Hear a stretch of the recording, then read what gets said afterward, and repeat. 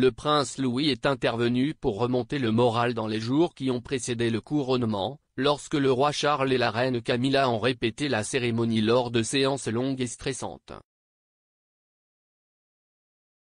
Des évêques au roi, jour après jour, les répétitions du couronnement faisaient des ravages, jusqu'à ce que le prince Louis, le coquin royal, intervienne pour remonter le moral.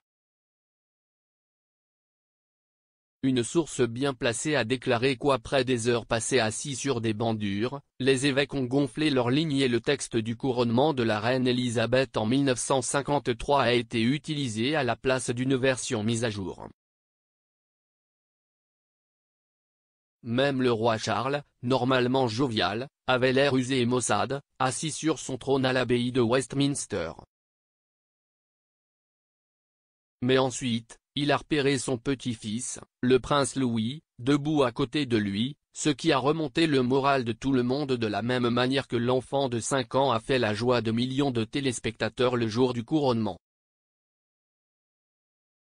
La source a déclaré que lors de 2 répétitions complètes le même jour, il a fallu que Charles repère Louis pour apporter un peu de légèreté à une séance d'entraînement tendue.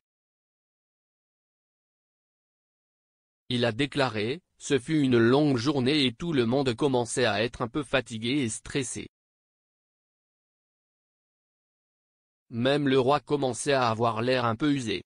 Il était assis sur le trône, l'air maussade. Puis soudain, il a regardé sur le côté et a vu le prince Louis debout à côté de lui.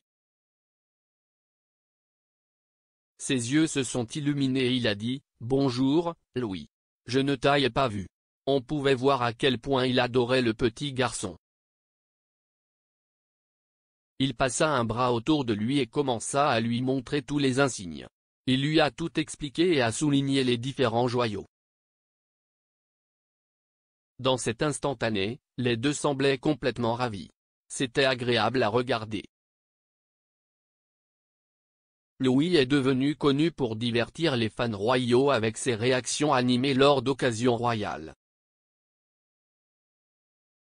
Au cours de la cérémonie de la semaine dernière, il a été vu en train de laisser échapper un gros bâillement, tout en profitant de l'occasion pour signaler quelque chose d'intéressant à sa sœur, la princesse Charlotte.